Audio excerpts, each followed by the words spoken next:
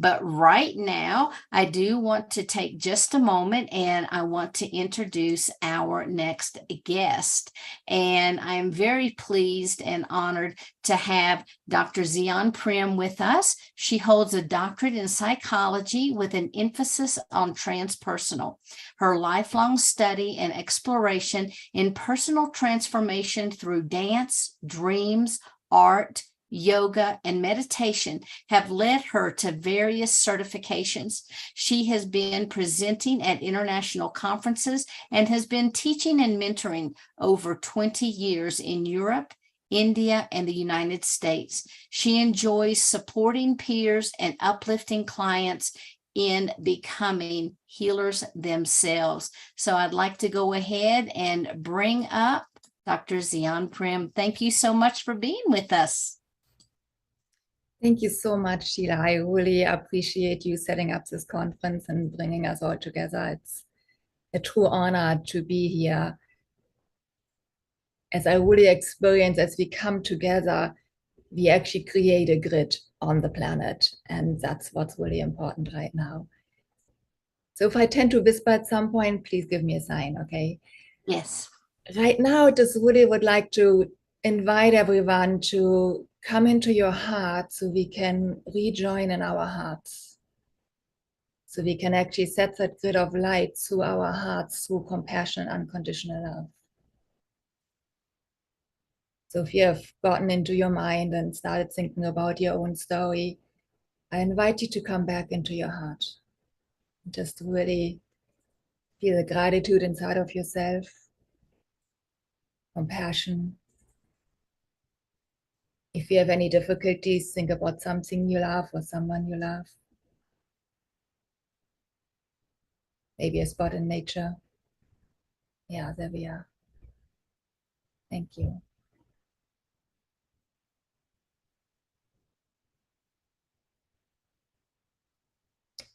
Just notice how we actually settle in and ground.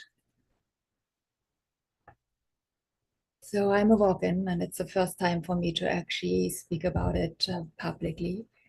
I've been very blessed that the prior soul was very experienced, was already a multidimensional practitioner, has worked with clients, has been trained immensely in ancient scriptures, ancient knowledge, the pathway towards enlightenment. And she was all about wanting to be like liberated, moksha, as they say in Sanskrit. And so that light body process towards enlightenment is we aim for ascension, and we do a lot of practices, which is not necessary, but it really helps to purify the body. And then once we reach that light body, that enlightenment, that self-realization, we actually also then come back as light body beings to still purify this body. And then the next aim of enlightenment, self-realization, is to actually take this body into light. And in Tibetan Buddhism, they call that a rainbow body. So beyond self-realization, there's a whole another pathway of really taking the body into light. And depending on the philosophy you are attuned with, there are different levels towards enlightenment. And I don't really find it's too important to get into that, but yeah, Vedanta has a lot of details, Buddhism has details. What's important is the actual experience of that, what happened in my case. So she actually got liberated, and then we switched. So I came in. She could have come back as a light body being, continuing the journey, but there was a prior agreement for me to come in and continue that journey to take this body into light. And that's a work in process. I have to admit, it takes a lot of work.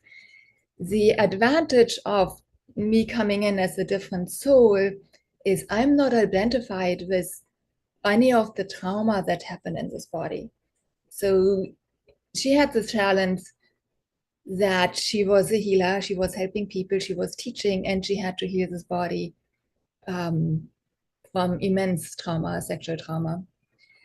And being of service at the same time. And she wrote several books that I still have to publish that she left behind, that we partly wrote together.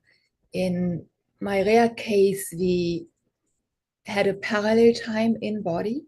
So while we did the doctorate and did all the writings, we were parallel in the body. And for the walk-ins I've talked to, it's seemingly a rather rare experience, since I've never actually had a physical body. This was very helpful for me. I could just learn how to operate here. I mean, they're just practical things of cooking, driving. You wouldn't even imagine how much it takes to learn that, because you come in as a child. Most of us come in as a child, and we learn all those things through our parents. But if we come in as a walk-in and we haven't had prior experiences in this physical human realm, we still have to learn all of that. So that takes a while. And as much as I was honestly grateful when she left, because then I could actually live more what I'm here for, or like, I mean, just simple things. I could eat spicy food because she didn't like spices. So it really comes down to just simple things like that. But at the same time, I noticed I really missed her because I couldn't ask any more questions of how do I do this, how do I do that, like how do humans do this, you know? And it actually surprised me of how much I was relating to her as a soul sister on that level. And it might sound odd to have two souls in that body, but it actually gets more weird because she was prepared for that as a teenager. She read a bunch of novels around many souls in one body. And I actually took I released three souls out of this body once I was in. So we were actually four souls for quite a while. And that really explains of how much this lifetime, like, let me say I was able to accomplish here, of enormous certifications, huge amounts of clients, training teachers, mentoring people, writing books, because it's a lot on one soul. And once I saw there were other souls helping while also healing this body, that started making total sense. So now I'm on my own, and it feels good, but it's also work. And I'd just love to talk about or invite you into the process of what it takes to clean up a body, because in a way, most of us have to do that because life has experiences that create imprints in our physical system, because the body is actually our subconscious. And so we have these imprints, and it might just be as like, oh, someone drove onto the street and you almost crashed them and you're a little bit shocked. So animals just they race or they shake, and they shake it off. So we humans are trained to just push it aside. But then it stays in our system, and even these little traumatic experiences, depending how resilient we are, can stay in our cellular system, and it's so important to clean them up. And the more we clean them up, I mean, what I've noticed, I get the feedback I keep looking younger. So it's very amazing because I don't carry any emotional baggage in my system anymore.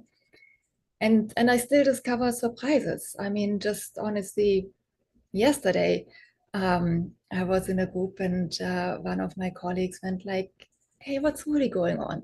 Like, why are you so resistant of cleaning your car? What's really going on?" And he kept digging. I was like, "It's just not pleasant, you know." Because I'd like to also go underneath the car and spray oil, make sure it doesn't rust. And so I do all the guy thing myself.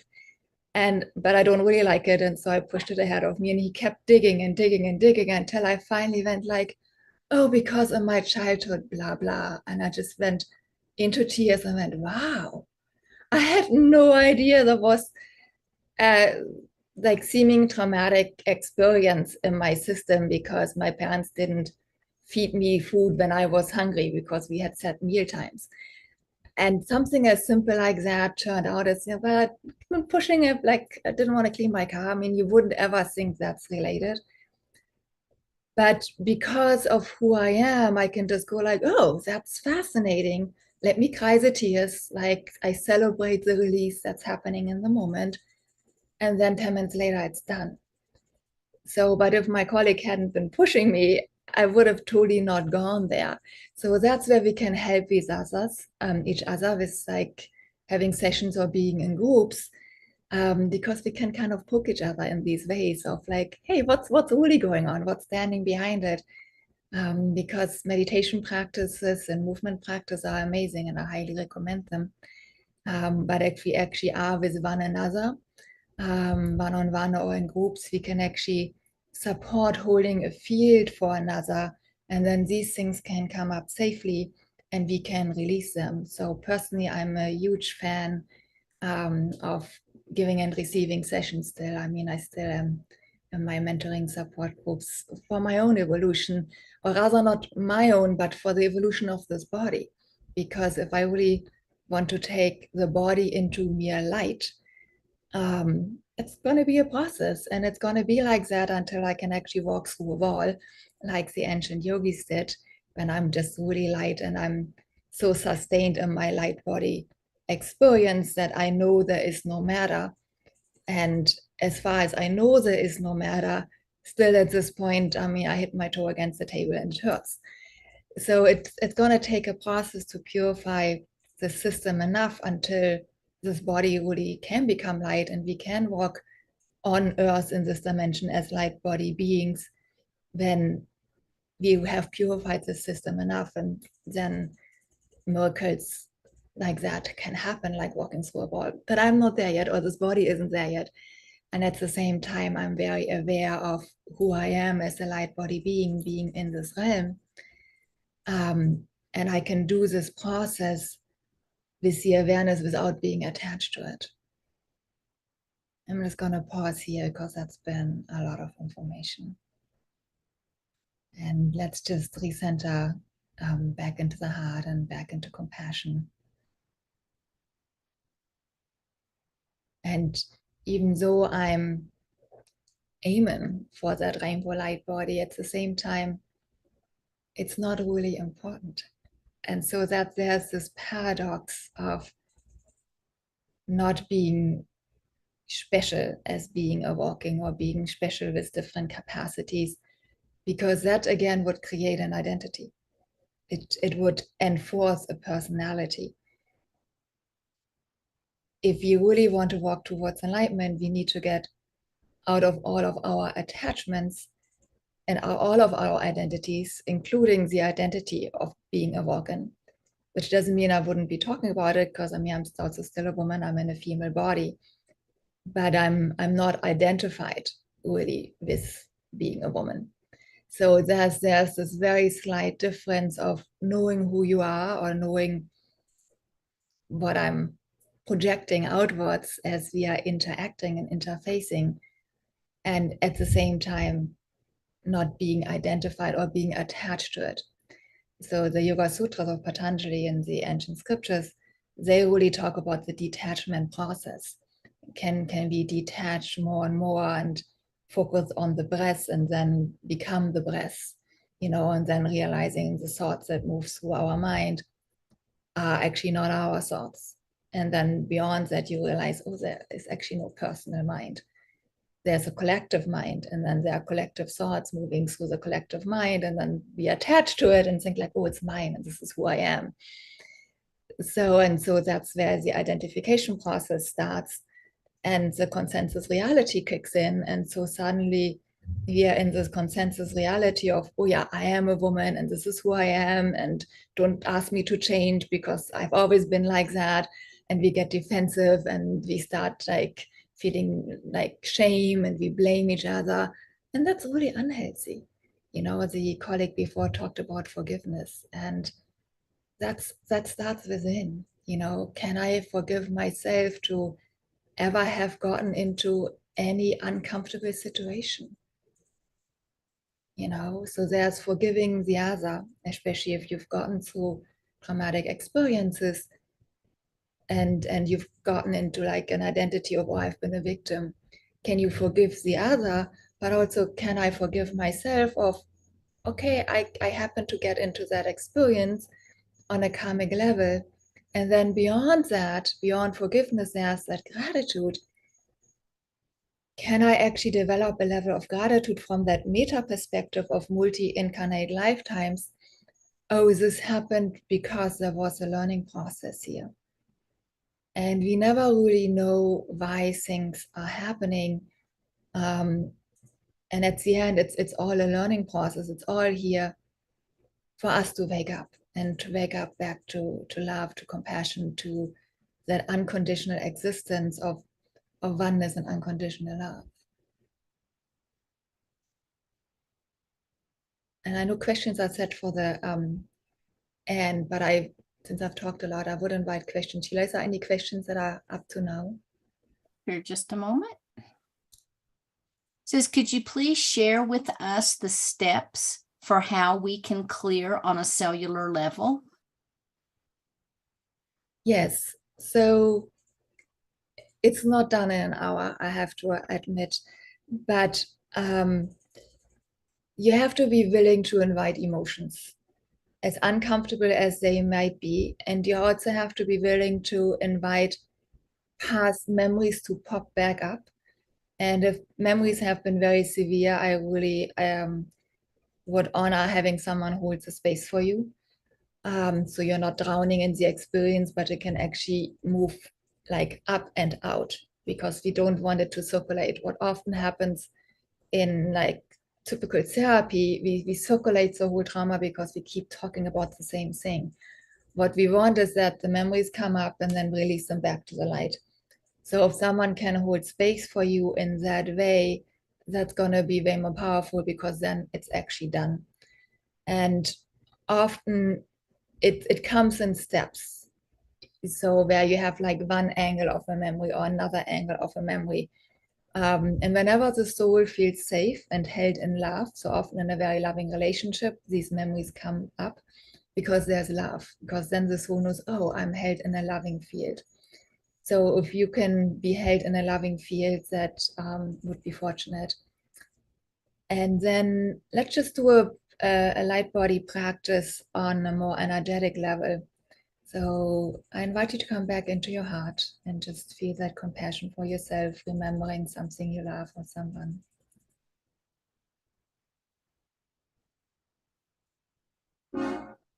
And then allowing light to enter your heart. You can envision a ball of light or a crystal of light. And then just allow that light, and I'm pointing onto my heart chakra, not the physical heart, but the heart chakra in the center of your chest, allowing that ball of light to get bigger with just that compassion for yourself. You can envision a ball of light, particles of light. It could be white or golden, or both, or rose gold. And then allow that light to expand upwards and downwards, up to your throat chakra and down to your solar plexus, allowing that light to expand into one big, beautiful ball of light. And then allow that to expand up to your third eye and down to your second, your sexual chakra, into one big, beautiful ball of light.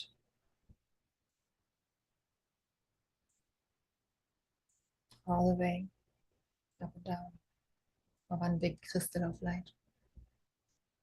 And then allow that to expand to your crown chakra and your root chakra, into one big, beautiful ball of light, encompassing all your chakras into one unified field of light.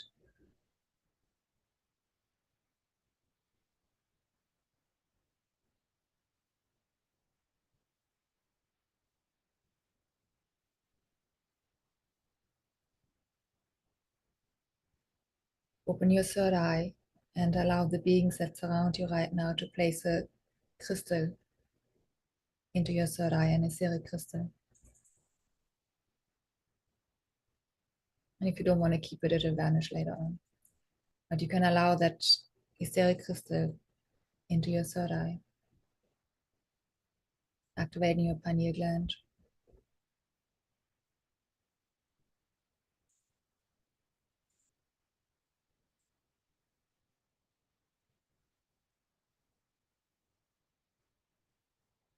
And anyone who will listen to this later will be able to go through the same process. Keeping the beautiful ball of light through your whole chakra system, feeling the crystal in your third eye, opening your crown chakra to your own higher spirit, allowing your own light to come into your system.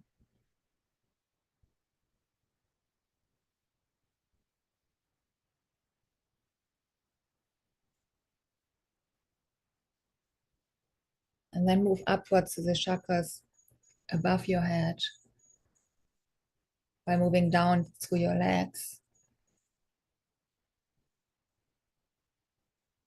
slowly encompassing your thighs with light, moving up at the same time, encompassing your knees with light, moving up at the same time into a big, beautiful ball of light. And then encompassing your calves, moving upwards at the same time. And then encompassing your feet. And then go beneath your feet, the chakra at the bottom of your auric field. And then above your head, the chakra at the top of your auric field into one beautiful ball of light.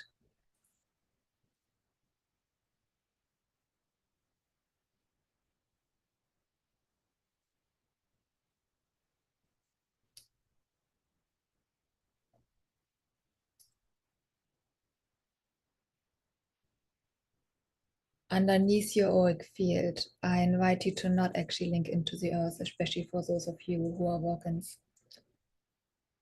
but to go down from the bottom of your auric field and to go throughout the parallel hologram of the earth, embracing the earth, the spheres of light.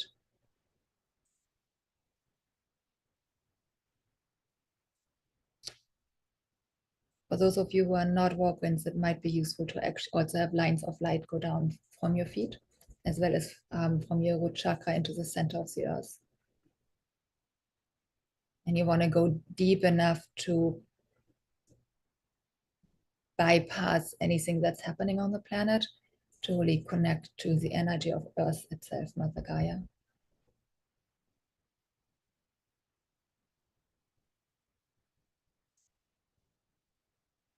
And then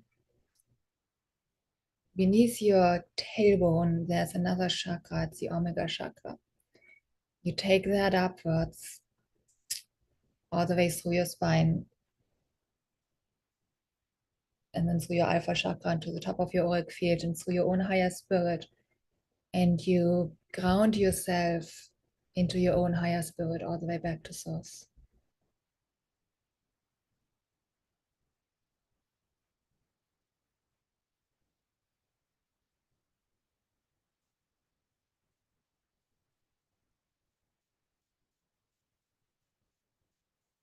And then as you've unified your chakras into a beautiful ball of light, allow that light to really move through all your limbs. So that your whole body, or the cellular level of your body, is filled with sparkles of light in the color that's been coming to you.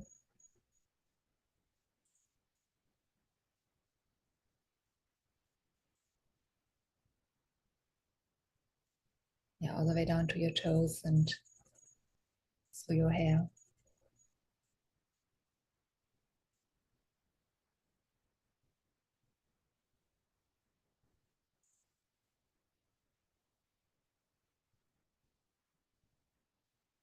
And then envision a magenta flame at the bottom of your auric field to just move through your auric field and purify your aura. And through your body as well. So any residues that's ready to be released can just be released and be burned off and taken back to light.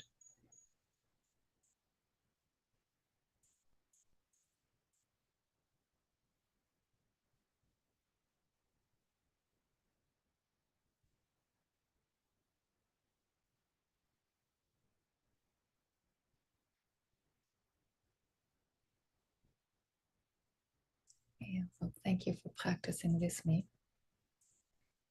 So that's a combination of several practices. The main unified chakra practice comes from Tashira Tashiren. She's a walk-in.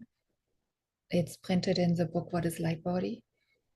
There's another walk-in in her body now. Her name is Zaz, and she can be reached as well.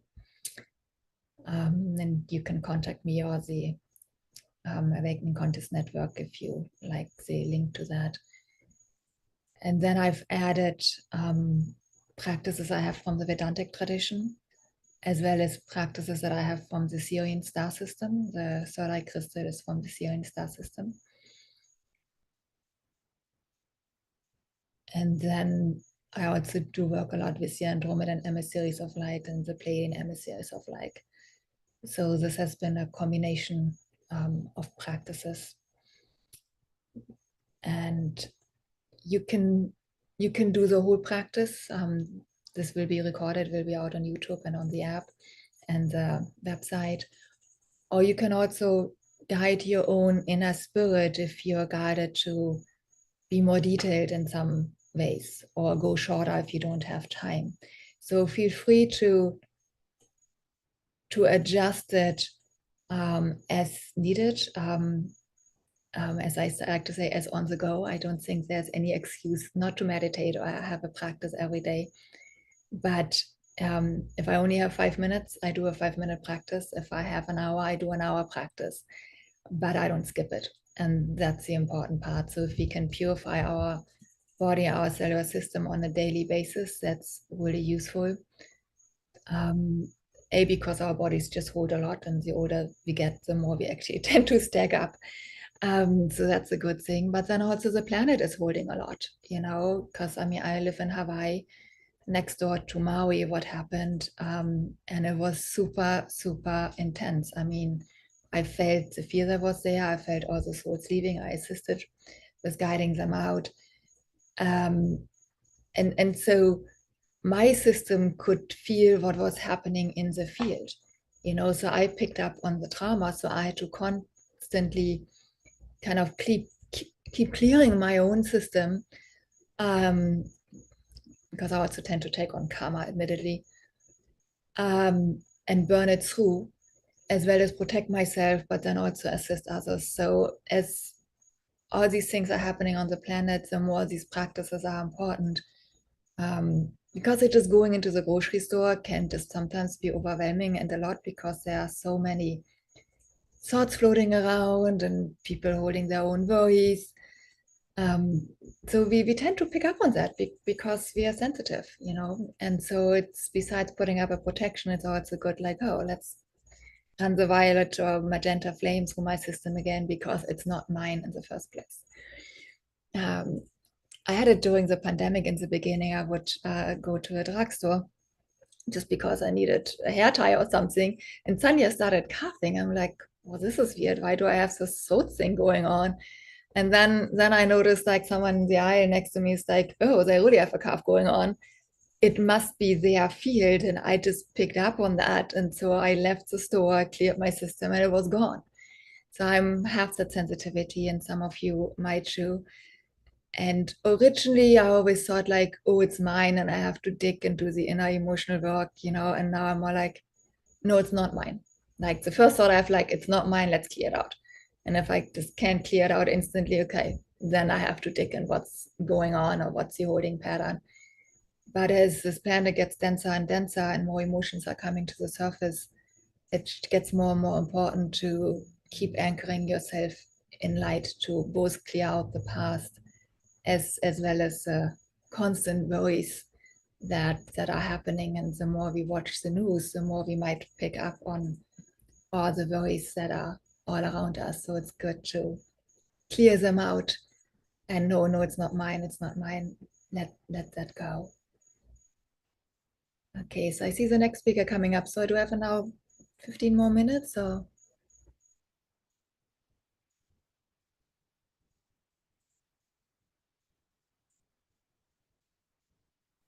I'm sitting here talking. Sorry. I Okay. didn't realize I was on mute. Yes, you still have time. Okay, good. Gonna keep going. Yeah, I just want to, let's come back to compassion, coming back into our hearts. because there's just so much fear on the planet right now. The more we can tap back into love, into compassion, the more we can hold and vibrate that field of compassion. And that's really essential. I mean, we've got the war going on right now in Europe. And so instead of getting upset about it or having opinions about it, because opinions are just part of the mind, it's so much more essential to come back into the heart. Because the more we can rest into the heart and rest in compassion, the more we can actually vibrate that field out. And I have an amazing kitten in my home, and she taps me if I have a negative thought running. So in the beginning, I had to really go like, no, don't bite into my heels, because that's what she tends to do. And then I realized like, oh, I'm carrying an energy that's not mine. I have to clear it out. It's like, oh, I actually had a negative thought in that moment. So I've been beyond my mental meditation yogic practice, gotten even more into the instant, oh, what am I thinking? Can I shift that thought, or can I drop it altogether? And I found that the easiest to shift negative thought patterns and negative emotions is devotion. And that's something that's coming from like Babaji and Mataji. They taught me that shifting emotions in other people, and including my own body, is going into devotion, because devotion is still an emotion. So it's often really difficult to go from thought to no thought, or from emotional processing to no emotions. I mean, where I come from, actually, we don't have emotions. It's very neutral. So it's been quite a learning process for me. So, but going into devotion, you can shift your own emotions. So if I'm upset, let's say my cat jumps onto the kitchen counter and I don't like that, I used to get upset in the beginning. And then Mataji taught me, it's like, no, no, don't get upset, because then I just create upset energy. And so now I go into devotion. In the beginning, I started chanting with it. I like to do devotional chants. And then I would just lovingly pick her up, hold her against my heart, and set her down. So I would embrace her in love and still infuse the thought, no, you're not meant to do that. This is a no. But I would do it with love. And going into devotion, I could shift my own emotions from being upset, like, no, don't do this, to into devotion, and transmit with love, no, this is not what we are doing. You're meant to be on the ground. And for any moms out there, I think this is a really important message for parents, moms and dads. Instead of being upset with the child, can we come back into the heart, into unconditional love, and still tell children what's okay and what's not okay? I mean, you don't want them like to put little rocks into their mouth and accidentally swallow them. That'd be dangerous. So it's a no. And at the same time, can we do that without shocking them? Can we say it with love?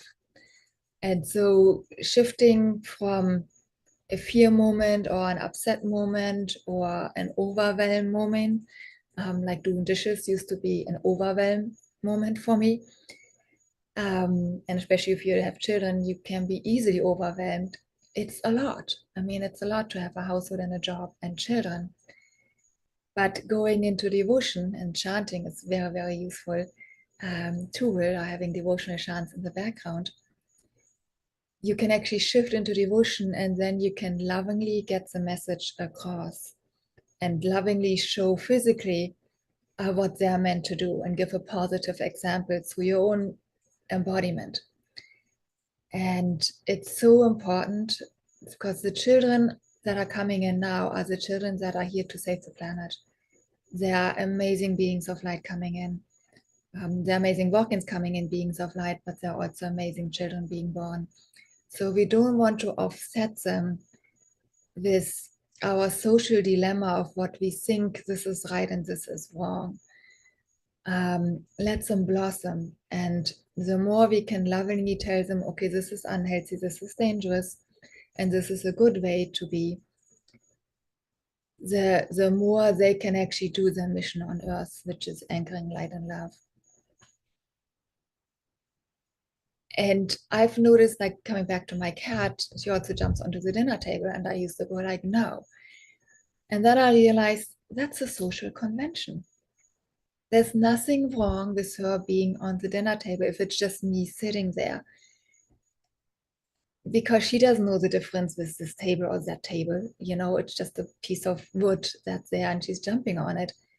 So that's the loving shift is important, but I also realize it's a social convention. It actually doesn't matter to me if she's on the dinner table. I'm clear with the kitchen counter, but honestly, it doesn't matter to me with the dinner table, but there's a social convention. So I had to look back into what's really okay with me, what's not okay with me, what's dangerous for her. I mean, next to the stove, that's dangerous, and what's not dangerous. And to get out of the social, or this is right, this is wrong. So it takes a lot to get out of the consensus reality, even with these simple things, and to come back to your own truth, to my own truth. What am I really comfortable with and what am I not okay with? And then I can communicate that with my cat in this case, or with other human beings, with your children.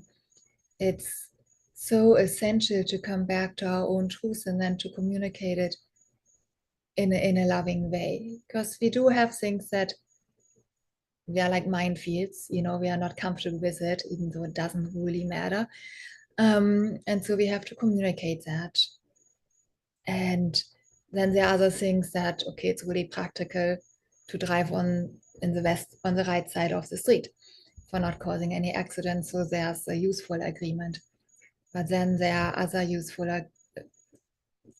agreements that appear to be useful in the beginning, and then the more we walk the path, it might not be as useful anymore. So I mean, it's good to wear clothes when you go out there, but if you've always told you're worthless and believe that, that's not useful. So we have to really differentiate of what's practical within this consensus agreement and what we can just throw out, you know, because we don't need it. Okay, I keep seeing there's questions popping into the chat. So Sure. I'd Let like me to go invite more ahead. questions. Yes, I'll go ahead and share one with you. Says the body that you walked in, did it have relatives? And if so, how do you relate to them? Thank you for being here. And this is from George. Thank you, George. So yes, I have physical parents, biological parents, and a cousin and aunt and uncle. I relate to them very lovingly, and honestly, I don't think they would be able to handle the transformation. It's been a lot already that the prior soul went into yoga and meditation and lived in ashrams as a monastic. So that was a lot on them. So I don't want to push more onto them. So honestly, since I know that on this physical personality existence, I don't really exist. No one of us exists. Like there's no reality, there's no person here. We are just oneness, one energy, one consciousness. So because I know that, I can play with this character creation of what's the energy I put out, what's the character I put out. So when I communicate with my parents, I shift my energetic field into who she was. I actually put a layer of her character around my auric field so that for them it still seems like it's her, because they're 80, they're gonna die probably very soon. I want to make that transition as easy as possible. So that's how I handle that. Yeah. Is there another Beautiful. question? Thank you. Yes, just a moment. I'm looking. People are loving your presentation. Absolutely loving. Hold on. Let's see. I think that we're good with the questions. Okay, awesome. Yeah. So let's just, how much more time do I have? 10, 15 minutes? About, yeah, but well, if we go on this time, about 4 minutes. Okay. And So, yeah. And then I was going to open it up for everyone. Phil will be coming back on. Actually, he's here. I'm just going to make him a panelist. Stone is still here.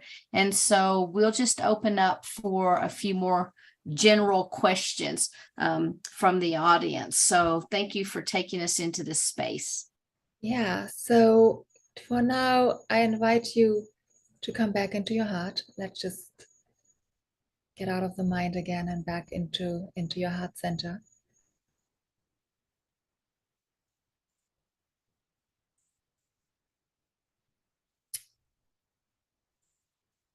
And then in front of you, there's a field of compassion in front of you. So our chakra system is not just in the body, not just in the spine, and not just in the body. Our chakra system is actually bigger than the physical body. So compassion actually lives as a ring around your heart center. So you can literally take yourself into that field of compassion that's always there. Yeah. And compassion for others is as important as that compassion, that self-love, like compassion for yourself, loving yourself, nurturing yourself, forgiving yourself.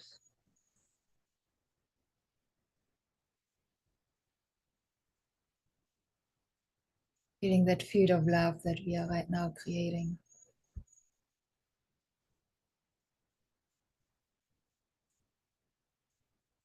And as we are in this amazing field together as amazing souls, let's just blast Mother Gaia with light and our unconditional love. Just trusting that the light will go where it's needed right now.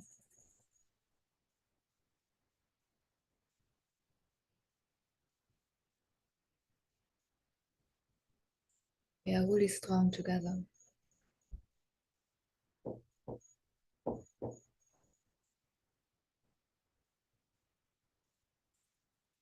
When coming back into your own body and allowing that light and that love to encompass all your cells.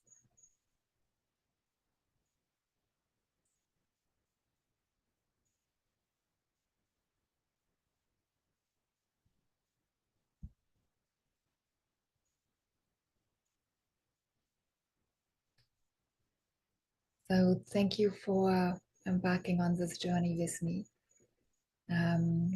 Trust your own inner guidance, like love yourself. That's what's most important. I am available for more questions, for sessions, for mentoring. I do train and certify practitioners. So you can either email me or email the network, and I think the emails will be forwarded. So thank you for being here. And if you're listening in the future, you will still be part of the field. It's set up that way.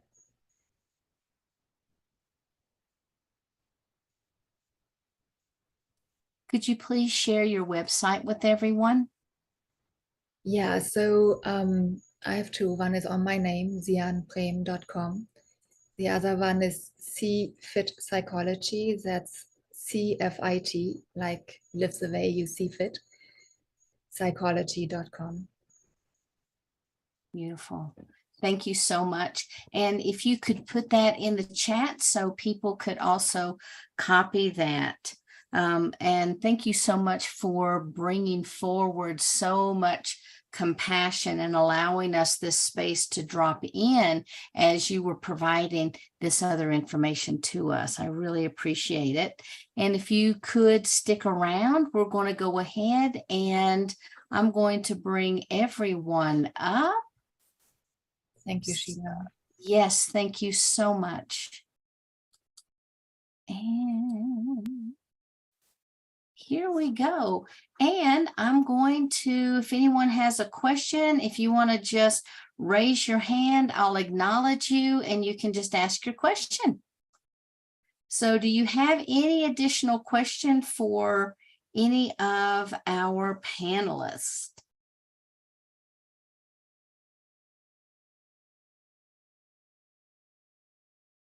Let me go down.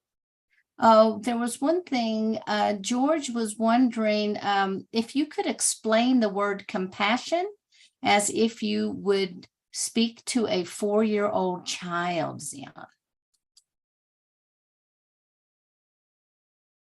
You're on mute. I saw this meme once, and that was just very perfect. There was a little child standing on a piece of paper with lots of hearts drawn on the paper. And the mom said, "What are you doing?" And the little girl said, "I'm sending love to all the monsters in the world." Oh, So I think if you just tell children, if they love a teddy bear or a stuffed animal, that's love. That's love right there. And if they hug that stuffed animal, they can send that love across the planet. As simple as that. I don't think we need to explain words. It's more like if you see them in a field of love, which is natural to them, name it in that moment. You could say, "Oh, this is compassion," or you can make up the, like, I don't know, this is a heartfelt moment. That might be more of a children's language, or this is a love moment. And then name it that way, and then rename it when you see them in it. And then if they're not in it, you can go, "Can we go back into that love moment? Do you remember how you felt when you hugged your teddy bear? Can we go in that with the other children now?" So, like, imagine hugging that other child in your own heart, like you hug your teddy bear. So I would do it this way. So, like, see what your child naturally does when it is in that loving moment, name it in that moment, and then remind them. beautiful. Thank you so much. And while you are speaking, do you have any final words that you would like to leave everyone with? Practice. It takes over 3,000 repetitions to get something into the body. And Richie titled this talk Embodied Transcendence. Just having a transcendent experience is one thing, but if we don't recall it and we re-practice, it becomes a memory eventually, and then it becomes an ego state. But if we keep practicing, so if we can keep practicing self-love and compassion as a daily, like as I said with the child, like, do it for yourself, like go back into the actual experience. So if you have a transcendent experience or the experience of forgiveness and love, keep going back into the experience, recall it on a cellular level.